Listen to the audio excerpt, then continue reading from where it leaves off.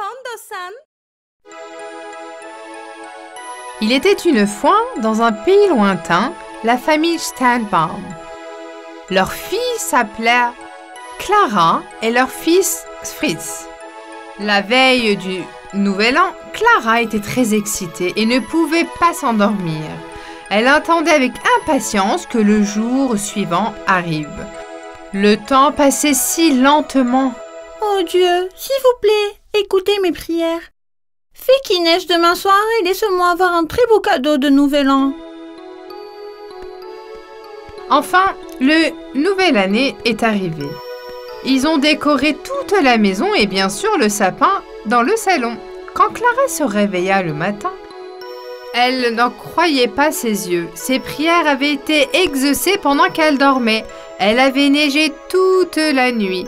Tout était recouvert de neige. Père et sœur, ensemble, regardaient la neige par la fenêtre et attendaient l'arrivée de leur oncle. Enfin, on vit l'oncle Drosselmeyer au début de la route. Mais de loin, elle pouvait voir que le grand sac qu'elle tenait à la main était rempli de cadeaux. Il arrive. Il arrive, maman. L'oncle Drosselmeyer arrive. Et il a un énorme sac à la Il a main. un énorme sac à la main. Je suis sûre que nos cadeaux sont dans le sac. Vite, ouvre la porte. Il fait froid dehors. Il doit être gelé. Les enfants l'ont accueilli avec joie. Bienvenue, oncle Drosselmeyer. Bienvenue, oncle. Salut les enfants. Le vieil homme s'est immédiatement assis près de la cheminée pour se réchauffer. Mon oncle, tu peux me donner mon cadeau maintenant, s'il te plaît? Je suis si excitée que je ne peux plus attendre. Moi aussi. Allez, mon oncle. Ha ha ha ha ha. Ok. Je vais les ouvrir tout de suite. Leur oncle ouvrit le sac à cadeaux et donna la grande et belle boîte à Clara et l'autre à Fritz. Clara, qui a ouvert la boîte avec excitation, a crié de joie quand elle a vu le soldat Casse-Noisette à l'intérieur. Mon cher soldat, j'allais danser avec toi. Quel dommage. Je n'ai même pas encore eu la chance de jouer avec toi. Je suis si heureux qu'il te plaise, Clara. À ce moment-là, Fritz, qui regardait Clara, a rapidement ouvert son propre cadeau. Une grande souris noire habillée en pirate est sortie de sa boîte. Mais Fritz n'a pas du tout aimé son cadeau. Elle voulait que le cadeau de Clara lui soit donné. Il jeta rageusement la souris par terre et prit Casse-Noisette des mains de Clara et le claque contre le mur. Ses yeux étaient pleins de jalousie. Fritz? Je veux un casse-noisette aussi. Je n'aime pas du tout cette souris. Pourquoi le cadeau de Clara est-il meilleur que le mien? Ne dis pas ça, Fritz. Ton cadeau est bien aussi. C'est très gentil de la part de ton oncle d'avoir pensé à toi et d'avoir apporté un cadeau. Tu es impoli d'agir comme ça. Je m'en fous. Je ne veux pas de cette affreuse souris. Clara, qui se rendit à l'endroit où la casse-noisette était tombée, remarqua qu'un de ses bras était cassé. C'est un petit jouet. Que peut-elle me faire? On peut probablement parler et arranger les choses. Ne sois pas triste, Clara. Je vais les réparer tout de suite. Il sera comme neuf. Ne t'inquiète pas. Oncle Drosselmeyer a immédiatement collé le bras de Casse-Noisette et l'a réparé. Fritz, qu'est-ce que tu as fait n'est pas bien. J'avais beaucoup plus de soldats. J'avais l'intention de te surprendre plus tard, mais tu as maintenant perdu ta chance. À la fois en colère et triste du comportement de Fritz, son oncle a caché la boîte pleine de soldats dans un armoire. Mais oncle... Que cela te serve de leçon. Honteux de ce qu'il avait fait, Fritz savait qu'il ne pouvait rien faire. Il a baissé la tête de honte et est allé dans sa chambre. Après minuit, c'était l'heure de se coucher. Comme c'était la veille du Nouvel An, il avait le droit de dormir si tard, mais la nuit était maintenant terminée. Tout le monde s'est souhaité une bonne année et est allé dans sa chambre. Clara se coucha dans son lit avec la casse-noisette. Alors qu'elle dormait profondément, elle entendit des bruits de cliquer en bas. Curieuse, elle est descendue dans le salon. En bas, il y avait un bataillon de souris, identique à la souris pirate que Fritz avait reçu en cadeau, qui se promenait et mettait le désordre dans le salon. Clara, Clara, où es-tu? Descends! Clara savait que les souris pirates la cherchaient et elle était très effrayée. Mais après un moment, elle a réfléchi qu'il n'y avait pas à savoir peur d'une petite souris jouée. Oh mon Dieu! Qu'est-ce qui se passe? Elle laissa la casse-noisette en haut de l'escalier et descendit les escaliers. Et qu'est-ce qu'elle voit? Les petites souris jouées étaient encore plus grandes qu'elle. Et pas seules les jouets, tous les meubles étaient aussi énormes. En jetant un coup d'œil rapide autour d'elle, elle a tout de suite compris ce qui se passe. En fait, elle avait rétréci, elle était toute petite. Oh mon Dieu! Qu'est-ce qui se passe? Pourquoi suis-je si petite? Je dois m'échapper avant que les souris m'attrapent. Les souris se rapprochèrent de Clara. Nous te capturons, Clara. Tu vas venir avec nous dans la ville des souris. Ne résiste pas. Nous t'attraperons tôt ou tard. À ce moment-là, tous les jouets du salon ont pris vie. Chars, canons, soldats, poupées et animaux en péliche se sont tous dirigés vers les souris pirates. Clara a trouvé que leur seul moyen était de passer derrière les cadeaux sous l'arbre du Nouvelle Année. Comme les autres jouets, le casse-noisette, qui s'est animé à sauter des escaliers et a commencé à combattre les souris pirates. Il était si courageux. Les soldats que l'oncle Drosselmayer avait mis dans l'armoire ont aussi sauté pour aider. Casse-noisette, les souris pirates ont été soudainement choqués d'une telle défense et ont commencé à reculer. Courez pour vos vies, nous avons été vaincus. À l'aide! Clara, Clara, tu peux sortir maintenant. Les souris pirates se sont enfuis. Nous avons gagné. Clara est sortie de derrière les cadeaux où elle se cachait de peur. Tout le monde était très heureux de cette victoire. J'avais tellement peur, Casse-Noisette. Tu m'as sauvée de ces souris pirates. Je te remercie beaucoup. Casse-Noisette s'était soudainement transformé en très beau soldat et s'est incliné devant Clara pour l'inviter à danser avec lui. Veux-tu danser avec moi, Clara? Oh, avec plaisir. Ils se mirent à danser et juste à ce moment-là, une belle musique se répandit dans le salon. Des petites fées jetaient des fleurs autour d'elles. Les fleurs étaient magiques et Clara s'est soudainement retrouvée dans un magnifique costume de danseuse de bal et des chaussons de danse. Clara s'était transformée en danseuse de ballet. Je t'admire, Clara. C'est merveilleux que tu fasses du ballet. Merci. Mon plus grand rêve est d'être une danseuse de ballet un jour. Pensez-vous que je puisse en être une? Je suis sûr que tu seras une merveilleuse danseuse de ballet. Alors, le nom de la mélodie qui joue en ce moment s'appellera Casse-Noisette. Chaque fois que tu l'entendras, pense à moi, Clara. Tous les autres jouets les regardaient avec admiration. Clara a fait du ballet avec le casse-noisette pendant des heures. Tournant sur un pied, c'était comme si elle volait dans le salon. Mais soudain, elle a entendu un bruit.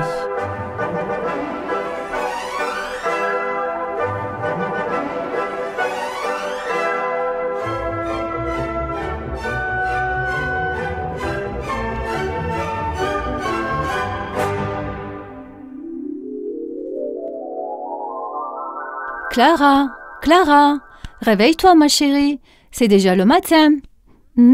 Tu as dormi avec le casse-noisette? Bonjour maman, j'aimerais que tu ne me réveilles pas. Je faisais un rêve merveilleux. Je dansais sans arrêt avec le casse-noisette. J'étais une danseuse de ballet. Vraiment?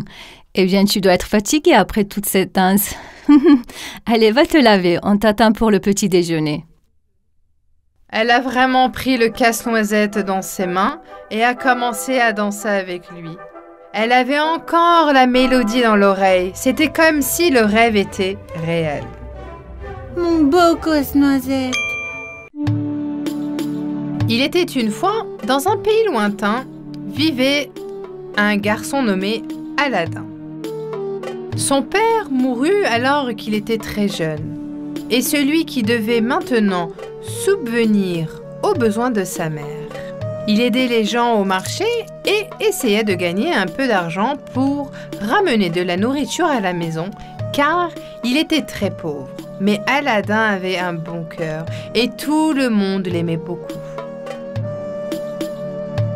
Alors qu'il se rendait au marché, un homme bien habillé et au regard mauvais s'approcha de lui. Bonjour, jeune homme. J'ai une faveur à te demander. J'ai fait tomber ma bague dans une petite crevasse juste devant. Je ne peux pas y entrer. Peux-tu y aller la récupérer pour moi? Ensemble, ils se dirigèrent vers le crevasse que l'homme avait désigné. Le trou était juste assez grand pour qu'Aladin puisse y entrer. Il passait à peine par le trou. À l'intérieur, il y avait une petite lampe à gaz qui l'éclaira la grotte. Elle était pleine d'or, d'argent et de bijoux. L'homme a crié d'en haut. Si tu as trouvé ma bague, tu verras aussi une vieille lampe à côté. Je veux que tu me les apportes toutes les deux. Aladin fut choqué par la vue de la caverne. Il ne doutait bien que l'homme ne voulait pas qu'une vieille lampe et un anneau alors que l'endroit était rempli d'argent et de bijoux. Cela n'a aucun sens, mais... Ok, je sors. Quand il est arrivé en haut du trou, l'homme, au regard mauvais, lui a crié dessus. Dépêche-toi, donne-moi la lampe. Non, je dois d'abord sortir. Si tu ne fais pas ce que je dis, je te laisserai là-dedans. Donne-moi la lampe. Je dis non. Laissez-moi sortir d'abord. L'homme se mit très en colère et emprisonna Aladin là. Aladin ne savait pas quoi faire dans le noir. Alors il prit la lampe et se mit l'anneau à son doigt. À ce moment-là, la fumée verte est sortie et un génie est apparu devant lui. Effrayé, Aladin se coucha aussitôt. N'aie pas peur, Aladin. Je vais te faire une faveur. Je vais t'accorder tout ce que tu veux. Mais tu n'as que 3 souhaits. Ramène-moi à la maison. C'est le premier souhait d'Aladin. Soudain, il se retrouve dans sa chambre. À ce moment-là, sa mère, qui était aussi dans la chambre, lui demande « Oh, quand es-tu rentré ?» Aladin raconte à sa mère tout ce qui lui était arrivé. Je n'ai rien eu à manger aujourd'hui à cause de tout ce qui est arrivé. Est-ce qu'on a quelque chose à manger, maman? Je suis désolée, mon fils, mais nous n'avons rien à manger puisque tu n'as pas apporté l'argent aujourd'hui. Désespérément assis dans un coin, Aladin voulait passer du temps à nettoyer la lampe qui était très sale. Il prit la lampe dans ses mains et alors il la frottait. Tout à coup, le génie de la lampe sortit de la lampe. Dis ce que tu veux de moi. Oh mon Dieu, qui êtes-vous? Je suis le génie de la lampe. Tu m'as sauvé de ce sorcier, alors maintenant, ton souhait est un ordre. Dis ce que tu souhaites de moi. Ma mère et moi sommes affamés. Nous voulons une table pleine de nourriture. Peux-tu faire ça? Soudain, une table remplie de différentes sortes de nourriture apparut. Aladin et sa mère mangèrent jusqu'à qu'ils soient complètement satisfaits. À partir de ce jour, grâce à la lampe magique, une vie très riche et heureuse les attendait. Et c'est ce qu'il s'est réellement passé. Les années passèrent et Aladin devint un jeune homme. Il était en âge de se marier. Maman, je voudrais me marier. Mon cher fils, je suis si heureuse. Tu auras la plus belle fille du pays et je sais exactement qui c'est. Le sultan a une fille magnifique, elle s'appelle Yasmine. Qu'en dis-tu?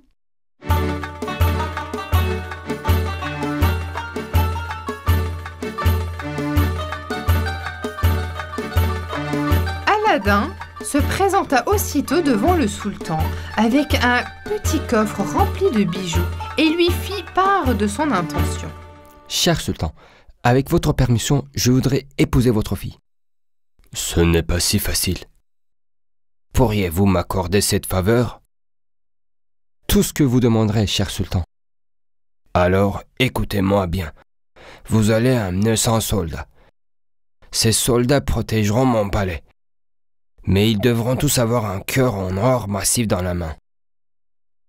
Ton souhait est un ordre, cher sultan.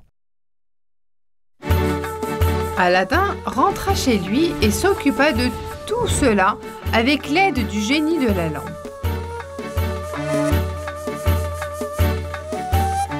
Le lendemain, le sultan fit dans son jardin 100 soldats portant des cœurs en or massif dans leurs mains. Eh bien, puisque tu as réussi cela, je voudrais aussi que tu construises un magnifique palais pour ma fille. Alors seulement j'accepterai que vous vous mariez. Aladin a immédiatement appelé le génie de la lampe. Celui-ci fit volontiers tout ce qu'Aladin lui demanda car il lui devait sa liberté. Dis ce que tu veux de moi. Je veux un palais magnifique pour la fille du sultan. Le génie des lampes frappa 2 fois dans ses mains et un grand palais apparut à côté de leur mère. Comme toutes les demandes du sultan avaient été satisfaites, il approuva le mariage. Ils eurent une cérémonie de mariage qui dura 40 jours et 40 nuits. Ils s'installèrent rapidement dans leur palais et un jour, un vendeur passa devant le palais. De vieilles lampes, j'achète, je vends. Je pense que cette vieille lampe au vendeur et en obtenir une nouvelle. Je pense qu'Aladin serait très heureux.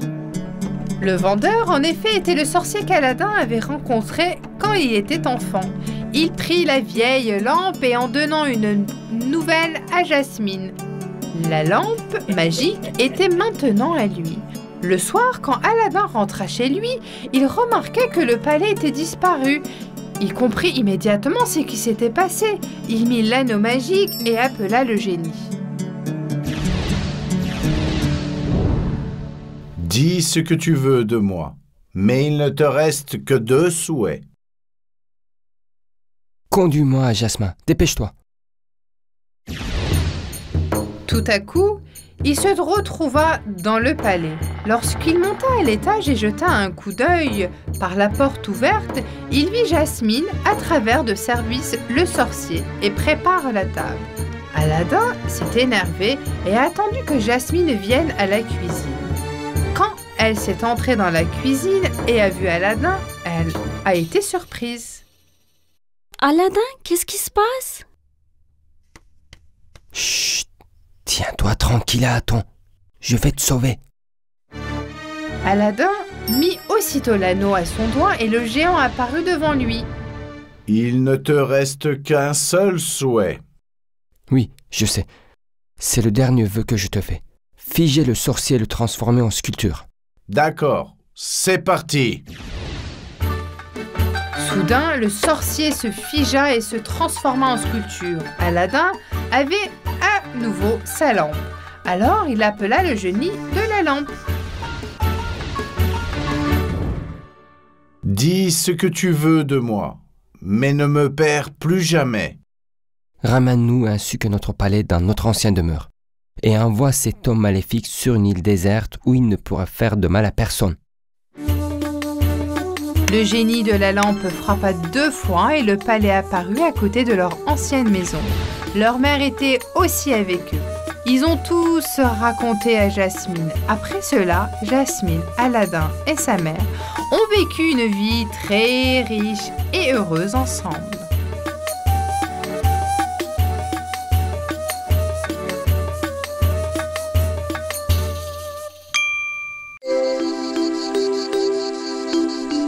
Il était une fois une famille de loups dans une jungle lointaine.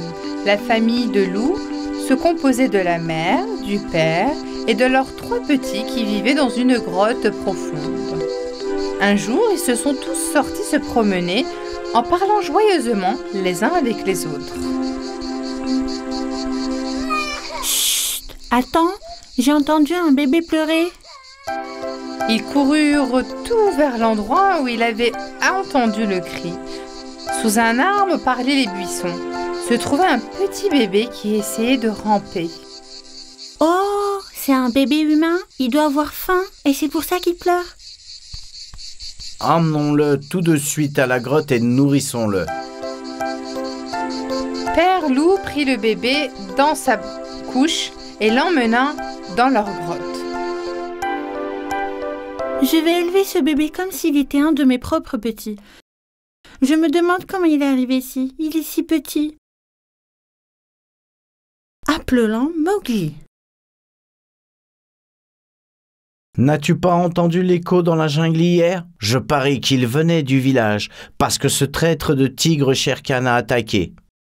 Mais Shere Khan déteste les humains. S'il découvre que le bébé est avec nous, ne voudra-t-il pas nous faire du mal à nous aussi? Nous ne permettrons jamais une telle chose. Nous avons aussi des amis. Nous devrions élever ce bébé tous ensemble. À ce moment-là, juste devant, sur le rocher, se trouvait le meilleur ami de Shere Khan. Il a observé tout ce qui se passait, alors il a immédiatement allé voir Shere Khan pour lui dire ce qu'il avait entendu et vu. Comment est-ce possible? Il est censé être ma proie. Je vais le reprendre. Il rougit de colère. Il ne perdit pas de temps et se rendit à la caserne des loups. Il est à moi. Venez le chercher si vous pensez que c'est facile. La mère louve Kasha s'est approchée de Shere Khan furieusement. On aurait dit qu'elle avait du feu dans les yeux. Même Shere Khan a eu peur, alors il a fait demi-tour et s'est éloigné. Je le récupérerai. C'est ma proie.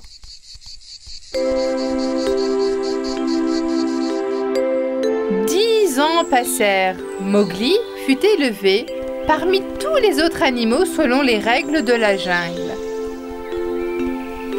Il s'entendait très bien avec ses frères et sœurs loups. Ils aimaient beaucoup. Ils ont toujours considéré Mowgli comme l'un des leurs. L'ami de la famille loup, Balou l'ours, le chef loup Akela, Bagheera la panthère et le serpent Pinonka formaient tous Mowgli. Ils lui ont appris le langage des animaux et comment attraper des poissons. Bagheera la panthère lui a appris à se protéger. Maintenant, il est capable de se défendre. Mowgli aimait sa famille et ne pensait même pas à vivre parmi les humains. Un jour, alors qu'il jouait avec ses amis, Mowgli vit Shere Khan le tigre qui les espionnait. Il appela immédiatement ses amis pour les prévenir. Depuis des années, ils savent que le tigre avait mis au point un plan pour récupérer Mowgli.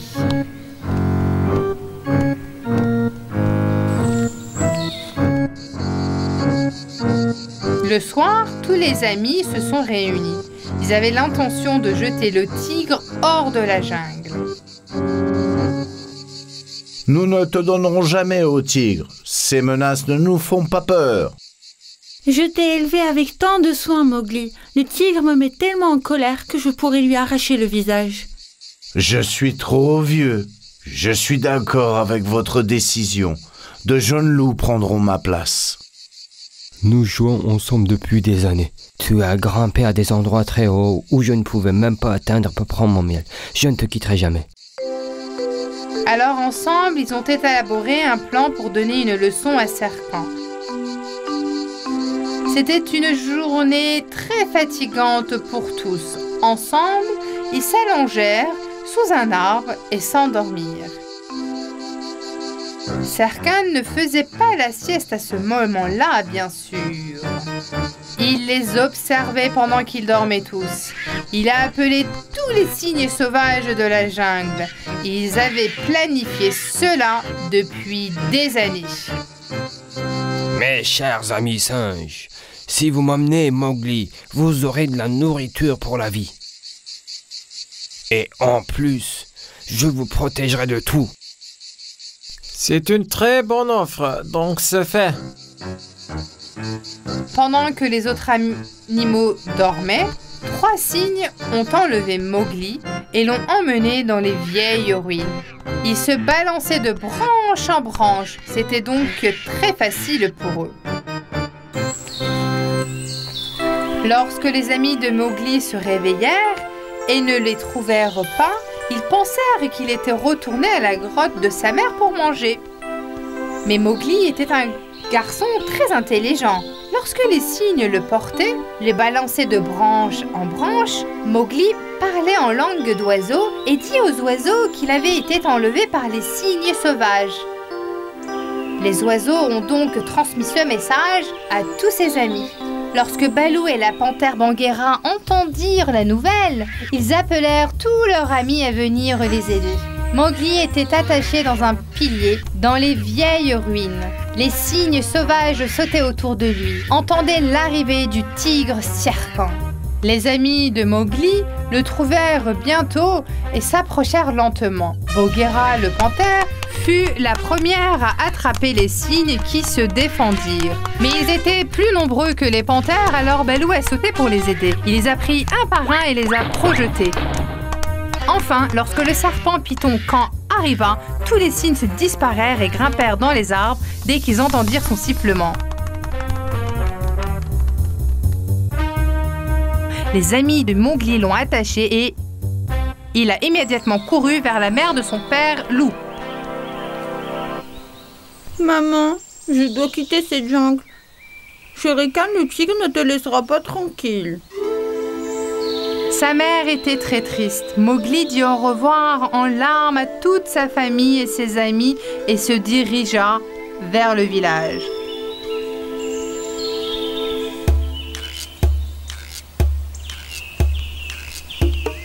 Il se réfugia dans une famille du village. Une femme qui vivait dans une ferme et qui aimait les enfants tout comme sa mère loup Kashka le prit en charge. En très peu de temps, il apprit la langue humaine et se lia d'amitié avec tous les enfants du village. Il leur a raconté toutes ses aventures dans la jungle. Tu sais, j'ai combattu beaucoup de chiens sauvages. Mes frères et sœurs dans la jungle sont des loups. Enthousiasmés, les enfants écoutaient ces histoires comme si c'était des contes de fées. Un jour, les frères et sœurs loups de Mowgli sont venus au village pour raconter à Mowgli ce qui s'était passé. Le tigre Shere Khan est devenu fou à te chercher partout. Il a demandé à maman où tu étais, mais elle ne lui a pas dit. Alors Shere Khan a attaqué notre mère. Elle est en mauvais état. Mowgli s'est mis en colère quand il a entendu ça. Alors il a demandé de l'aide à tous les gens du village. Tout le monde a pris des croches dans ses mains. Le tigre Shere Khan avait peur du feu. Les gens du village avaient perdu Mowgli il y a plusieurs années, alors ils ne voulaient pas que cela se reproduise. Ils voulaient aussi la paix dans leur village. Alors ensemble, ils allumèrent affronter Shere Khan dans sa tanière. Et toi, sors, c'est assez.